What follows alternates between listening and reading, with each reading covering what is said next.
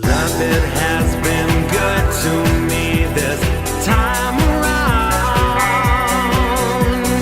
Things were ever bound to change when it was found. Sugar never tasted sweeter on my lips. My heart is now intact and I can find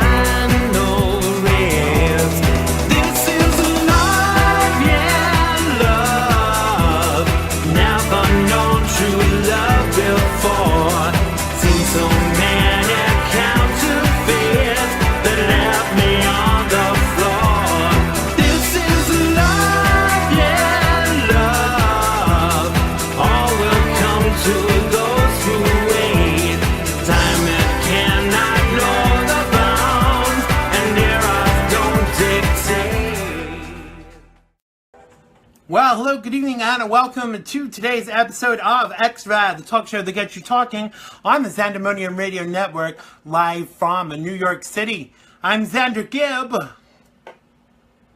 I'm Tony Losacco. On today's show, the hottest topics, I'm going to be throwing the phone lines open to you for whatever you want to get off your chest. And in part two, Thomas S Schmitz joins us. More to come in a mere moment. So you can call us. The number is 347-884-9061. That's 347-884-9061. You can tweet us. The tweet deeds are on the Xrad Facebook show page for today. Feel free to comment in the feed, and we will endeavor to include you in the conversation. Welcome back to the show, Tony. How is the world with you? The world is going good over down here in Florida. We have some nice warm weather compared to you up north, from what I understand. Yeah, we've got, it's like 27 degrees here on the East Coast in New York, and it's pretty darn cold, and it's windy too. So I kind of feel like it adds to it. But I would definitely take 50 degrees over 27 right now. But I'm sure those of you that are over on the West Coast, it's like, you know, probably 70 degrees, and you're sitting in your yard right now, ready to grill your dinner or something very similar. So just as we were coming on the show, you were telling me something about something that jumped out at you in the news with regards to Rand Paul, was it? Yes, actually, I posted something on Facebook, and everybody should be calling Congress about this. Rand Paul wanted to see the Republican version of the health care bill, and they had it hidden in secret, and he wanted to see it. They prevented a United States senator. They stopped him with armed guards. Armed guards. Really? Seeing the health care plan. But yes. were they Pinkerton guards? All over the news, in the daily news. The Republican-controlled leaders have it under lock and key in the House, their version of whatever they're going to pass. And Rand Paul demanded to see it, being the conservative that he is. He wanted to see it, and because he doesn't want the entitlements, he wanted a copy of it, and he wanted to release it to the American people. He said, we have a right to know. And he went down to the room, and they prevented him, armed guards prevented him from accessing a copy of the law that they're working on. Now, tell me that's democratic. What kind of... Wait. We're worried about Trump being... People are worried about Donald Trump being a fascist. They need look no further than Congress. I mean, right, how can but... you do that? How can you deny the American people the right to see that and prevent the United States senator from seeing it? Okay, but answer me this. Part of what you said kind of made me question. Maybe the reason they didn't want him to see it is because it's not finished yet. Well, it is not complete yet. As far as that was their claim, that it's not complete yet. But either way, he's got a right to see that. He's a congressman. He's part of who writes these laws. I mean... I don't know if that's the case, whether any congressperson has the right to see documentation and acts that are being written before they're actually completed. I don't know, maybe somebody out there knows a little more about this than maybe I do. But I would agree with you if it was done and dusted, and they were saying no, you can't have a look at this, because that would be rather worrying. But if it's incomplete, I'm not sure I would want anybody seeing stuff until it was done, because it can so easily be taken out of context.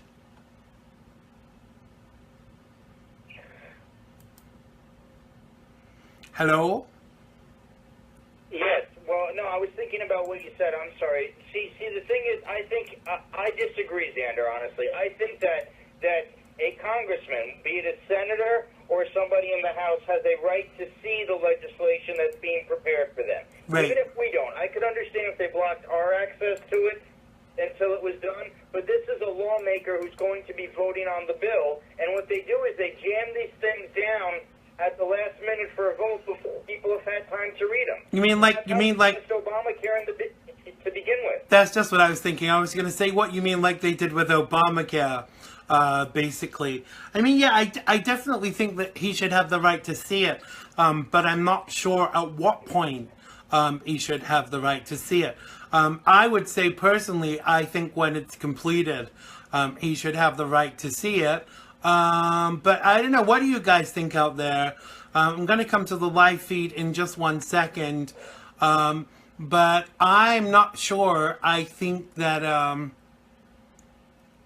I thought someone had written in the feed, something about armed Pinkerton guards, which made me think of the Golden Girls, but that's just where... Somebody in the feed commented the armed guard thing is a little off, and I completely agree. I mean, if anything, that's extreme. Okay, I understand Right. you're trying to keep it hidden, but to prevent him with armed guards from seeing it when he's a congressman and somebody that's going to be voting on it, that's just fascist in itself. Right, absolutely. I mean, I definitely think that the senators and stuff have the right to see it.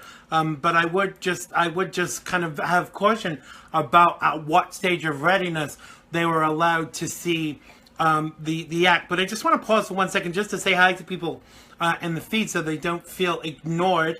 Hi to Gina. Hi to Robert. Hi to Kathy. Hi to Dave. Hi to Zell. Hi to Robert again. And Kathy, no free adverts for Papaya King, telling us that they've got 32-cent hot dogs. You know, if they want to advertise on this show, they can pay for it too, although they are very delicious. So I want to know what you think out there. I'm going to throw the phone number, 347-884-9061. Give us a call. What stage do you feel that politicians should be able to see an act of law? Should they be able to see it during, or should they have to wait for its completion? 347-884-9061. Now, I'm not disagreeing with you just for the sake of it. And I'm not, as some have kind of suggested of late, sticking up for the Trump administration because I would for anything. You know, I did have issues about the travel ban, and I was very honest about that. So just because I am supportive of my president and the current administration doesn't mean that I will agree with every single thing and toe the party line. I just think right now, let me finish my thought. I just feel right now that he's got so many knives in his back. I'm going to have his back until I have cause not to, and I don't know when that will be. Go ahead, Tony. Well, just to clarify, this had nothing to do with Donald Trump. This wasn't Trump that did this or the president, so nobody gets the wrong idea. This was the Republican leadership of the House of Representatives who are trying to pass a bill that is very similar to the same one that the Democrats passed, which is why Rand Paul wanted a copy to expose it to the American people. So this had nothing to do with President Trump or him hiding it or any tactics of him. This was the leadership of the House of Representatives, Mr. Paul Ryan and all the rest of them. Right. Something just kind of like flashed through my head right now.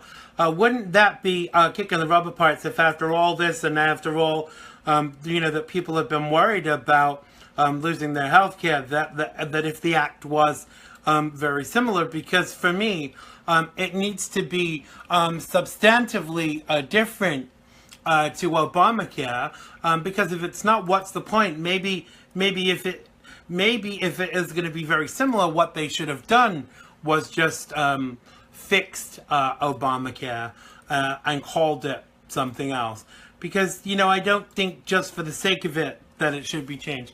But here's the other thing that I want to point out that a lot of people don't realize, that the insurance companies are actually locked into an agreement for 2017 for Obamacare with millions of people. So they can't just rip that away from you because you have a contract. So anything that this current administration passes won't be an act of law, or won't be live and usable until 2018. Would you agree with that, Tony? Well, I didn't actually know that. That's interesting information, honestly. I did not know that they were locked into those contracts for another year, and I wonder how the law is going to impact that, honestly. Yeah, I don't know, but I only found this out because, I was asking people kind of that know a bit more about it, because obviously people are worried that they're not going to have any health care for 2017, and apparently that is not the case. There is no way your insurance company can say to you now, Obamacare is scrapped, so, you'll have to wait and you'll have to kind of, do without. Because this is when you sign into, when you sign up with these things, these are kind of legal and binding as far as I'm told, from the perspective of, they can't come in and say, oh, forget this now. I mean, can you imagine if you got car insurance for a year and then 2 months in they say, oh, we're not offering this policy anymore, so you'll have to go with something else. Do you know what I'm saying? Insurance is a contract, and I think that contract law would kick in, even if it's to do with health insurance, that they wouldn't be able to kick you off your plan until your plan ended. If you've got a plan in place for a year, then I would imagine that from what I've been told that you're going to be covered for that year. Well, my main concern with this is this. Basically, when Obamacare was passed, the Democratic leadership did all the dirty tricks to hide it from the American people, and they did a last-minute vote on it, so nobody knew what was getting passed until it was passed, and it was already too late. My concern is that the Republicans now are doing the very same thing, and they're using the same dirty tricks that the Democrats have used for the same purposes. It's probably not, if they have to hide it, it cannot be a good thing. That's my personal opinion. Right. If you have to hide something and keep it under lock and key with armed guards, it's probably not good. No, and that would be almost as bad as putting it out there with a compulsory purchase order. Wouldn't you agree? Yes. So we're gonna have to wait and see on that issue, folks. I wanna move on to a different topic, which is the wall. Every time I hear people talking about the wall, I want to sing that song from the 80s. What's it? Can't even think who it's by, but it goes, all in all, it's just another brick in the wall. But anyway, that's a different story for a different show. Because more than 350 companies have told the Trump administration that they're interested in working on the controversial border wall project. Responses to what's called a pre-solicitation, sounds dirty, notice posted on the Federal Business Opportunities website on February 24th have poured in from potential vendors around the world. Among them, Swiss cement giant, I don't know if I can even pronounce this, Lafarge Holcim Limited, British company, Balfour Beatty PLC, and General Dynamics Corp, a U.S. defense contractor that makes submarines and tanks. Now, the U.S. Customs and Border Protection Agency said it would likely put out a formal request March 6th for the design and build of several prototype wall structures. And now that leaves the field wide open, allowing companies to suggest what the structure should look like and be made of. Now, those raising their hands by responding to the notice might not end up submitting tenders, but the early interest shows enthusiasm for capitalizing on President Donald Trump's plan to build a huge, bigly wall like the one in China. He'd recently repeated vowed to force, so he just got that in because they love to hear me say it, Mexico to finance. We're ramping up pretty fast, said Ralph Hicks, Senior Vice President of Governmental Affairs at San Diego-based RE State Engineering, which is working on a blueprint incorporating electronic surveillance lance gear that would set off alarms if it sends people approaching or tunneling underneath. Now, the wall would cut through remote areas of the Pacific Ocean and the Gulf of Mexico, creating challenges for delivering material and workers. Sambrook said U.S. Concrete would be able to set up portable concrete mixing plants in a week's time and has 120 specialty trucks known as volumetric mixers that could also do the job. Now, there's been much talk about who's going to pay for it, and Mexico's president says, we're not paying for the wall. Well, that was Russian, it wasn't Mexican, was it? But everything's Russian nowadays, of course. So what do you make of this, Tony? Do you think there will be a wall? Who's going to pay for it? And does it make you want to sing the Pink Floyd song? Well, let me take those questions one at a time. Number one, it absolutely makes me want to sing the Pink Floyd song. Absolutely. Right. So, number two, I want to distinguish between two different immigration concepts here. Okay? The first concept, the wall. Okay, I agree with the wall to keep the drug trafficking out, to keep people from coming into the country illegally. Right. So I agree with the concept of a wall. I think we should build one. But I also have no delusion that Mexico is going to pay for it. Even if they found a way to get Mexico to pay for it, in the end, you and I are going to pay for it on the increased cost of goods. But I'm not so sure, but finish your point. point. The American people are going to pay for this wall. Let's make no mistake of that. Okay, well, let me respond to that momentarily, because I've talked about this at length with people, and apparently one of the ways to make Mexico pay for it is to increase the export taxes for them bringing things into the country, and that will essentially be Mexico paying for it. But do carry on. Well, actually, that's not going to be Mexico paying for it in the end. You have to look at the end outcome of that. That's going to be the American consumer paying for it in the end in the cost of higher goods. So the end result of this is we're paying for it one way or the other. And that's what I'm saying. I mean, if they put that export tax on Mexico, they're going to charge more for the goods, and we're going to pay more at the grocery stores and Walmarts and stuff for the goods coming into the country. Right. So ultimately, it is us paying for the wall. So let's take a moment to actually look at what illegal immigration over the Mexican border costs us every year. And I don't have the figures in front of me, but if anybody's got them at hand, share them in the feed so I can share them. But apparently in 3 to 4 years, the wall would pay for itself. I mean, if you think that the Mexican authorities are busing coach loads of, is that barking I can hear in the background? Yes, it is. Okay. we have dog fans of the show too. You know, we're also the canine version of Xrad.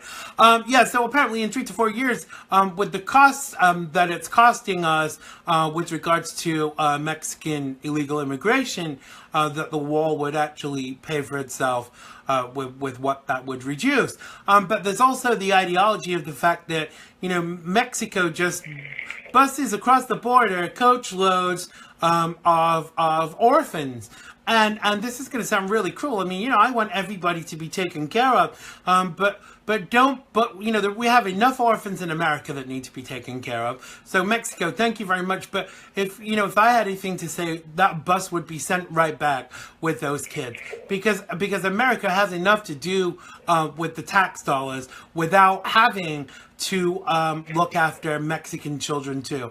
I do believe charity is essential, but charity begins at home, and I think that you know, it's imperative that we take into consideration all aspects of this with regards to how feasible it would actually be.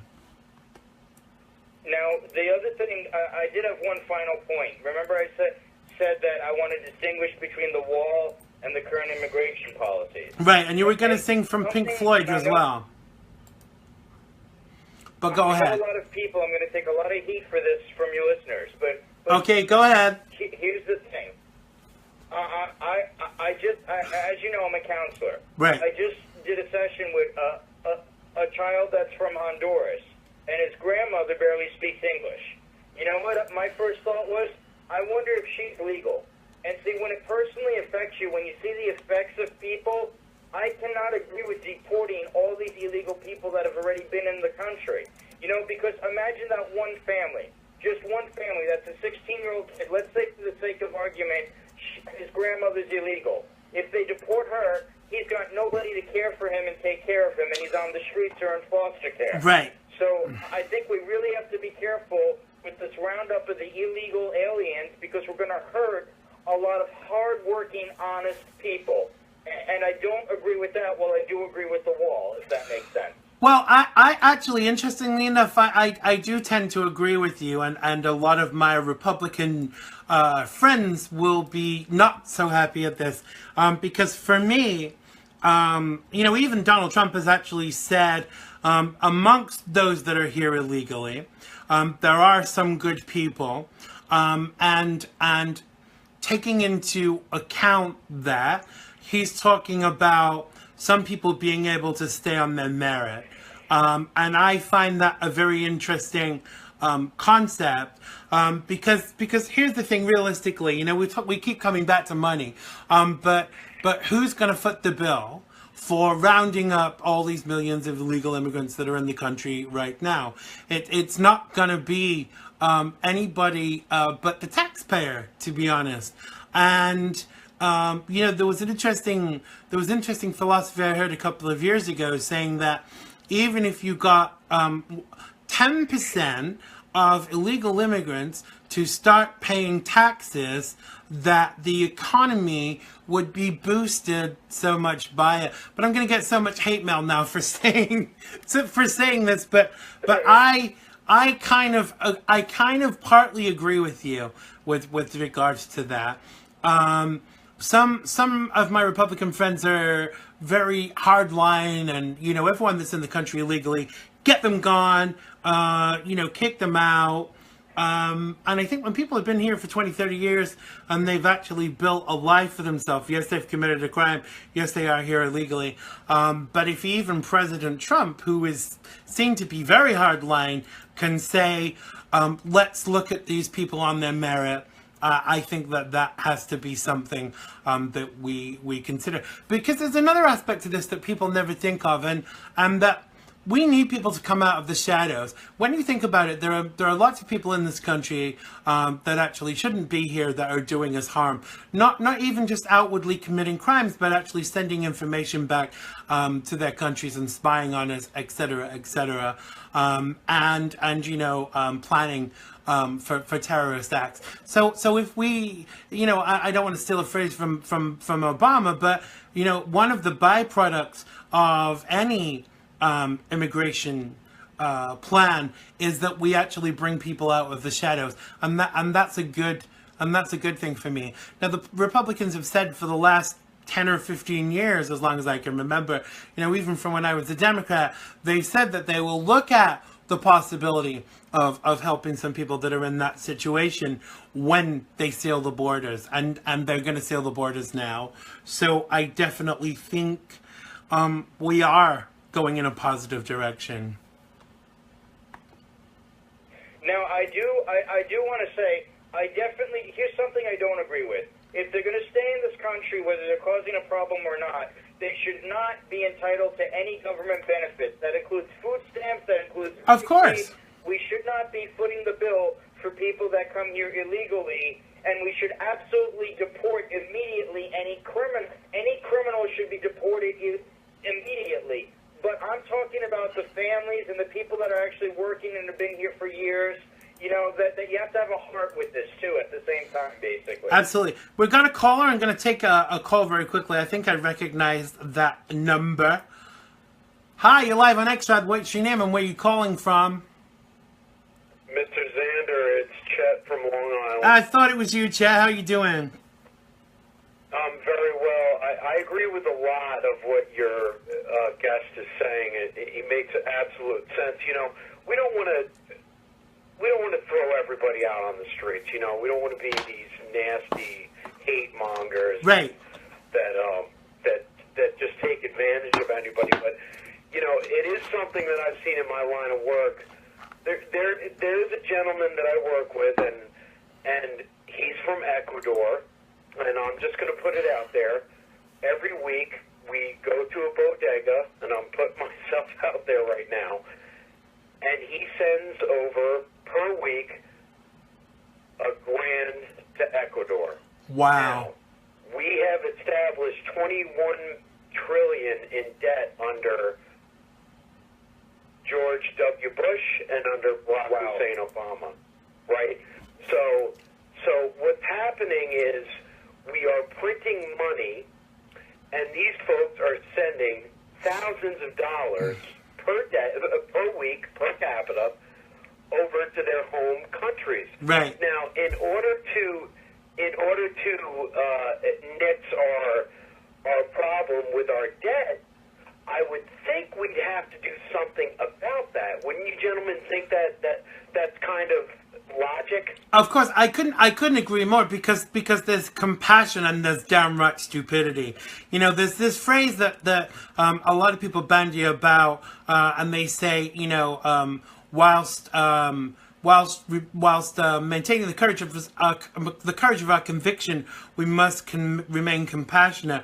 But those people that do that are actually economic migrants, and they're not kind of desirable because you want people that are going to come and live here and stimulate the economy. But no disrespect to the guy that but if he's sending $1,000 a week back to Ecuador, how does that do the American economy any good?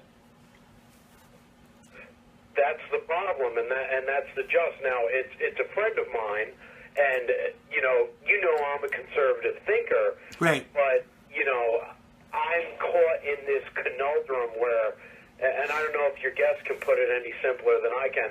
I don't want to report this guy. He is an illegal immigrant, and I don't know where to go with this. I don't want to take a dump on this guy, but at the same time, I think he's using the system, and I don't think that's really fair.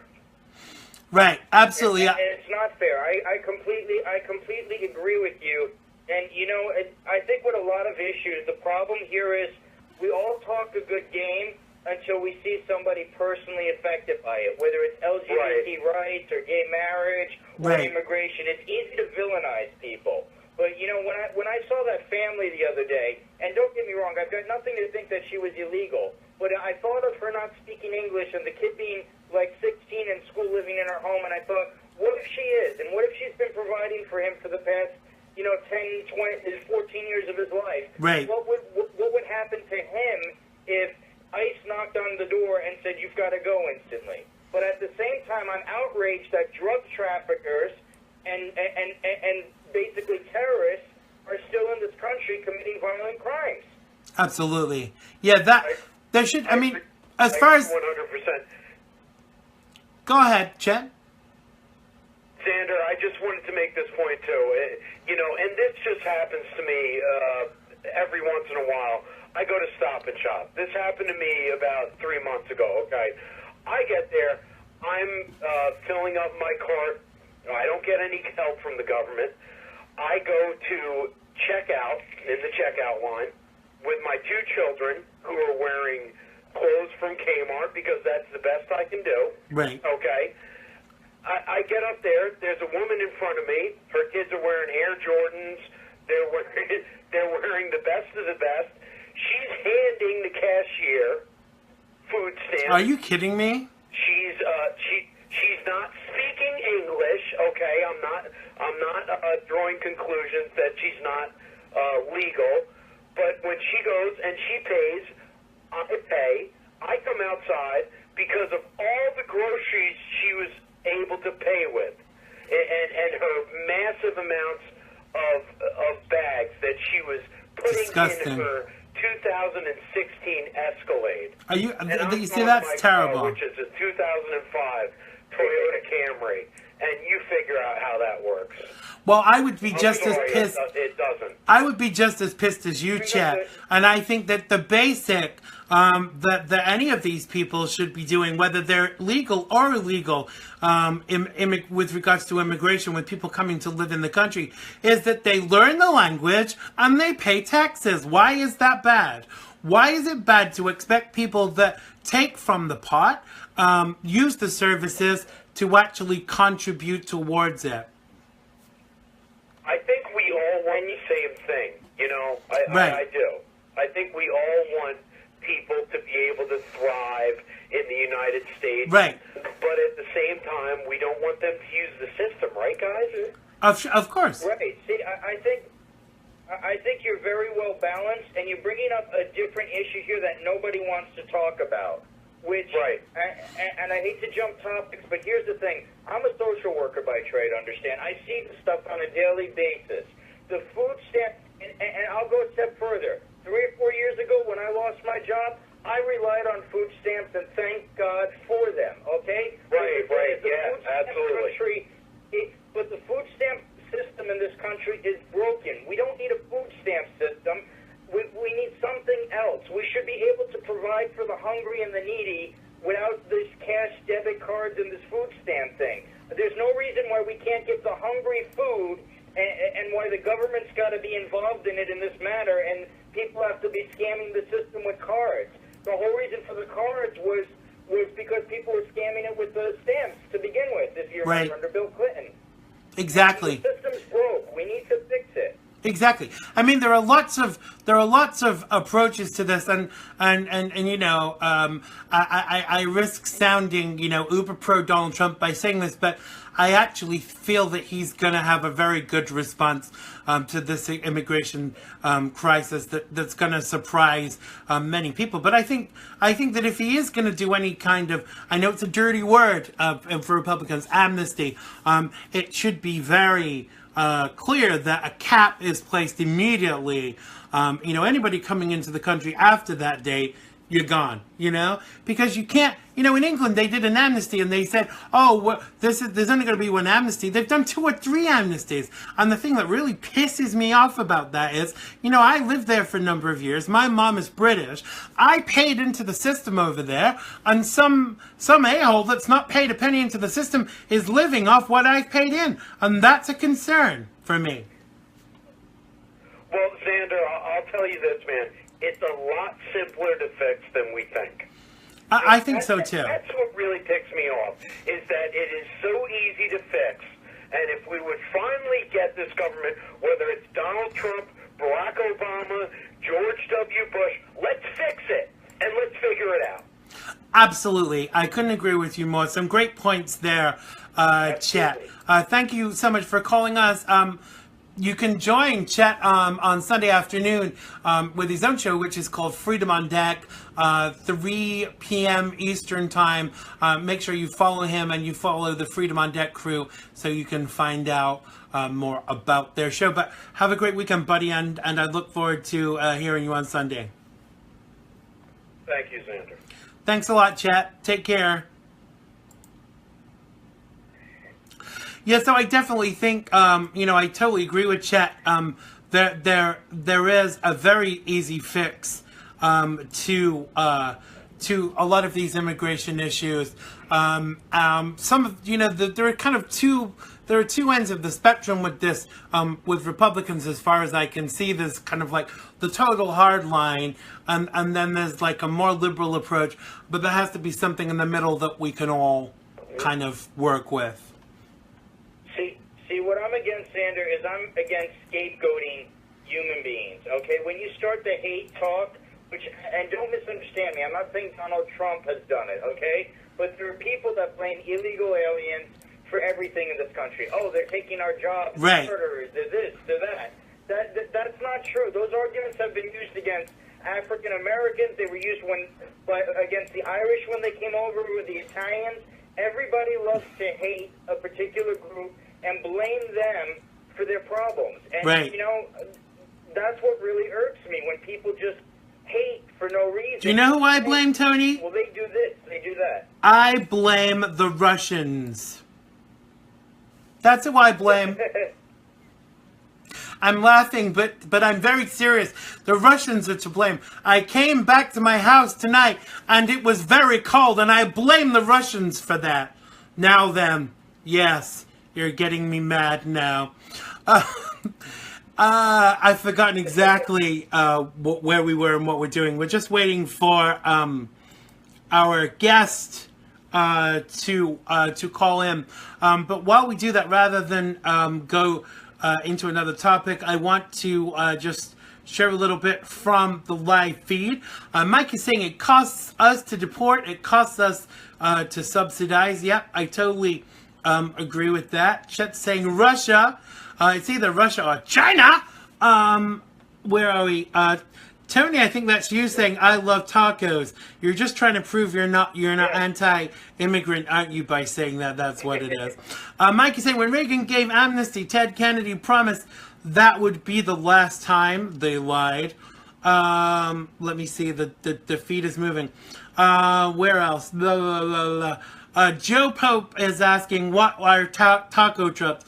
If you think of, Joe, if you think of when you go out to a nightclub in the UK and afterwards there's like a food van at 2 a.m. in the morning, imagine that, but all they sell is like tacos, basically. Got to translate some of this for the Brits that listen. Where are we? What else have we got to say? Gene is saying, why, if they have been in the US for so long, they didn't try to get legal? I think it's a very expensive process, and I've known people that are illegal in the country, and they've gone to actually try to get legal, and the cost and things that are involved is just phenomenal. And obviously, I'm not making excuses. I'm just kind of answering that question.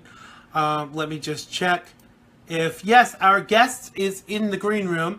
Before he eats all the tacos and all the Mexican fare we put in there and all the Chinese food we shipped in from China, I'm going to bring him on. So our guest tonight is our usual Friday night guest. He's also my Monday night co-host. He's a writer and contributor with Conservatives for Palin. And yes, you've guessed it, is the one, the only, the fabulous Mr. Thomas S Schmitz. Welcome back to the show, sir. How is the world with you? I'm surrounded by hippies. How come? Do you mean because I have long hair? I want you to expand on that comment. Oh, no, these are the new kind of hippies, the rich ones, that had Whole Foods. I'm sitting in the parking lot at Whole Foods because I have to pick something up. I see. Yeah, kind of ironic, that the new wave of hippies with all their money. Yeah, exactly. Do they have long hair? Because I don't think you can be a hippie if you don't have long hair. A couple of weeks ago, I was in a store here, and this old guy, this really old guy with a walking cane. I had my hair down, basically because I couldn't be bothered to comb it before I left. And the guy was like, "You freaking hippie, get a job!" And I just laughed because I thought it was hilarious. But you've got to be if you're a hippie, you've got to have long hair. Before we get down to the serious nitty-gritty, I have to ask you to please tell me it's freezing cold in California today. It's about 65 to 70 today. I can't hear you, Thomas, and I hate you, and I'm going to click block now. So what's going on tonight, guys? Well, let's get into something. We've been talking everything tonight from illegal immigration to taco trucks and what they are for our British listeners. But what I want to talk about first of all is I want to know what you think about this new wave. I was saying that it was so cold when I got home, and it took ages for the heating in my house to warm up. And you know who I blame, Thomas? I blame the Russians. The Russians have infiltrated my heating, and that's why it's so damn cold in my house. But on a serious note, is there not some underlying reason why people like the senile Nancy Pelosi is blaming everything on Russia and calling for everybody to resign? Yeah, well, they lost the election and they need a scapegoat. They need to do some self-reflection because they have no one to blame but themselves. And so they've invented this insane Russia thing where everything is, oh, the Russians, the Russians, the Russians. And, you know, the people screaming that need to be careful because they're going to start another Cold War if they're not careful. And they need to be careful about that. And it doesn't seem like they're going to be. And when that happens, again, they have only themselves to blame. This blaming Russia and screaming Russia for everything. You know, someone had a meeting with an ambassador. Well, that's kind of what senators do. Ambassadors are ambassading today. Okay. Right. Well, that's what happens. You know, it's not a big deal. They're making mountains out of molehills, and there's no there. And it's just you're right, it's a huge distraction, but it's really because they can't understand why they lost, and so they have to blame it on someone, and so they're blaming it on the Russians. And, you know, when you hear people on our own side go on TV and say, oh, well, Reagan said pour down this wall. Well, you know, Reagan never had a problem with the good people of Russia. No. It was communism that Reagan had a problem with. It was not the Russian people. And so this kind of xenophobic attitude that the left and the media have concerning Russia is very concerning, and I think it's time for them to do some self-reflection and accept the fact that they lost the election and stop pointing fingers because they need to just point them at themselves. They are why they lost the election. It's just endlessly blame Russia on everything. It's just absolutely insane. We need to come up with a name with them and start just mocking them relentlessly, like the whole birther thing. And I don't know what to call them, maybe something like Cold War rejects or Cold War rejectors or something. But they need to have their own name, and we need to brand them with it and mock them relentlessly because they're making big fools of themselves, and I say, let's help them. But it's very interesting, isn't it, from the perspective of the only thing that the Democrats don't want to talk about with regards to Russia is how Obama and Hillary sold a part of our uranium stocks to Russia. Why don't they want to talk about that, I wonder? Oh, because they just want to do anything and say anything they can to paint the president in a bad light. And, you know, especially coming out of his joint session of Congress speech the other night, which was a total home run and a check mark in his box. They have to make it, you know, they don't want the media to talk about that. And how great it was, because, you know, there was bipartisan support. You know, Van Jones came out and said, yeah, he made himself the president in that moment. You know, so they have to come up with all these distractions and talking about Russia endlessly. And, you know, they're just kind of making big fools of themselves. And I don't think this is going to help them. They're overplaying their hand of cards. And we know what happens when you do that. You know, you get left with nothing. And a lot of this, I think, is they're playing for their base because they're looking forward towards the 2018 midterms. and they don't want to face primary challengers. And so if they behave this way, then I think they're reckoning that they're not going to get a primary challenge on their incumbent seats. And so I think a lot of it has to do with that. But, it's not going to work, and we can see right through them. And, the media's approval ratings are lower than Congress, so I think that should tell them something. But they're going to continue it, and that's fine. They can do that. They have every right to make fools out of themselves. Absolutely. That's what they're doing. Absolutely. I even saw the other day, one of my non-favorite people, Anna Navarro, was trash talking about Governor Palin. Remember when she said, "I can see Russia from here" in fun, and people never kind of got over it. But I think it's kind of interesting how even some anti-Trump Republicans are even getting in on this act. Oh yeah, well Anna Navarro is playing for the cameras because there's a niche market out there for Republicans who say things that Democrats like. People like Meghan McCain come to mind, and by saying things that Democrats like, they get bookings on MSNBC and NBC and Good Morning America and on the ABC networks, the alphabet networks. They get bookings on that because there's a market out there for Republicans who say things that Democrats like. Right. And it's been like that for quite some time, and now Anna Navarro has kind of pulled her head out of her butt and figured that out and thinks she's going to get a little more camera time, and so she says things that Democrats like, and then she gets booked on MSNBC. It's not hard to figure out. We see what's going on, and that's fine. She's making some money, getting her name out there, but it's really sad that that's what these people have to resort to get themselves on TV instead of doing something of merit and being on TV for doing something good for not just himself but for the country. It's kind of sad that Anna Navarro has to put her name out there just to say bad things about the president instead of doing something merit-based. And I think we need to move towards merit-based everything. Absolutely. Well, it's funny, Thomas, because she doesn't like me, and I'm not sure why. Really, I'm not. Haha. No idea. But this woman is,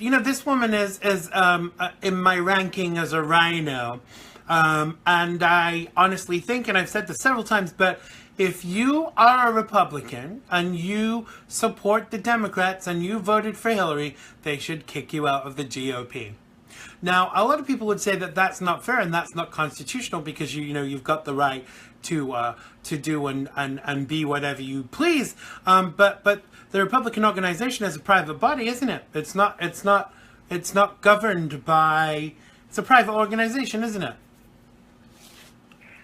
Exactly. These are the DNC and the RNC. People need to remember these are private organizations. These are not government agencies, and they can kind of set their own rules. And there's so much money at stake when you have an independent populist in the White House that the top half, the 1% of both parties, are going to have a big problem because there's so much money at stake.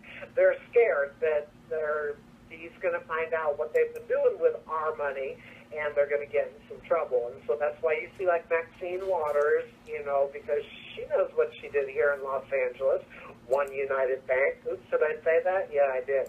One United Bank, Maxine Waters. She knows what she did, and so she's going to go and do everything she can to poo him so she can hopefully not get herself in trouble. Well, fully on her. I hope she does get in trouble. But Maxine Waters is a great example how any stupid fool can be elected to the Senate.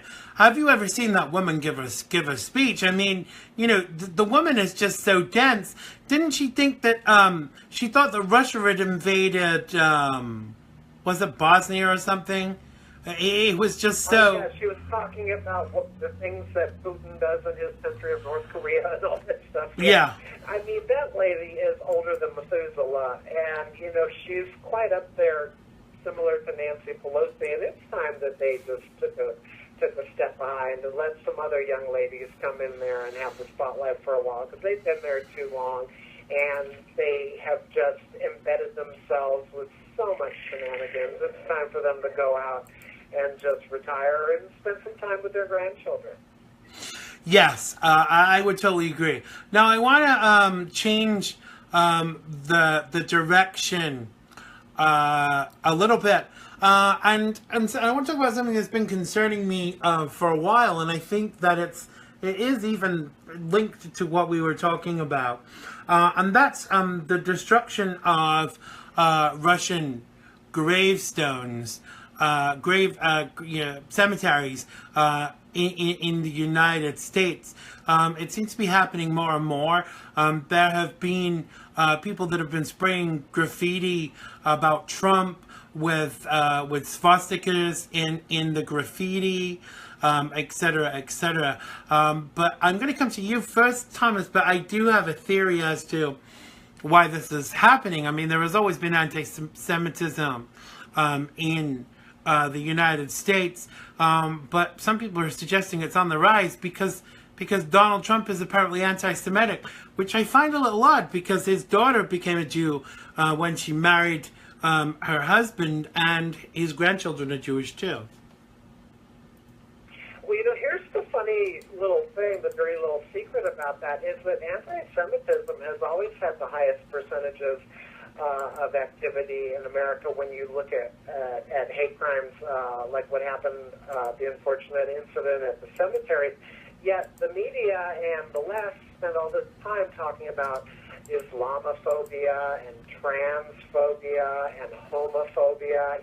We spent years talking about that and cherry-picking stories, when the truth is, all along, the largest group that has been discriminated against is the Jewish community, and anti-Semitism, the numbers of crimes have always been higher than all the other obias that the media and the left spend their time talking about. And so it's not that there's more of them, they're just talking about them instead of ignoring them for the first time, because it fits their narrative. When they came out and said, oh, Steve Bannon is anti-Semite, right, he's an anti-Semite, and so it fits their narrative, so now they're going to talk about it when they've been ignoring it for years. It's always been, when you go back years and look at the stats that are out there, it's always been the highest number is for anti-Semitism. It has been for many, many, many years, but we've gotten used to spending so much time talking about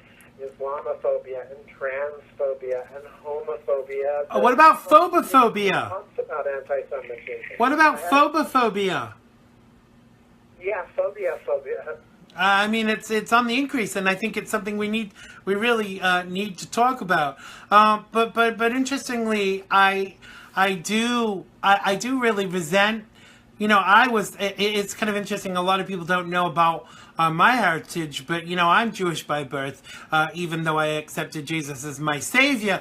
But somebody, in response to Anna Navarro the other day, actually, I was saying it's pretty piss poor when we have to be proclaiming every day how wrong anti-Semitism is, and apparently I was anti-Semitic for saying that. So can you be anti-Semitic if you're born a Jew? Is it like the people that accuse me of being homophobic?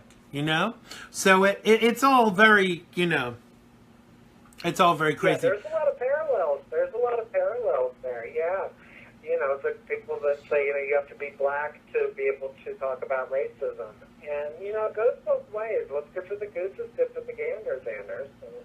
Yeah, and there's poetry there, too. Tony, what do you think? You're being very quiet. I see you're having debates in the chat about Muslims. Yes. Tell us a little bit more about that.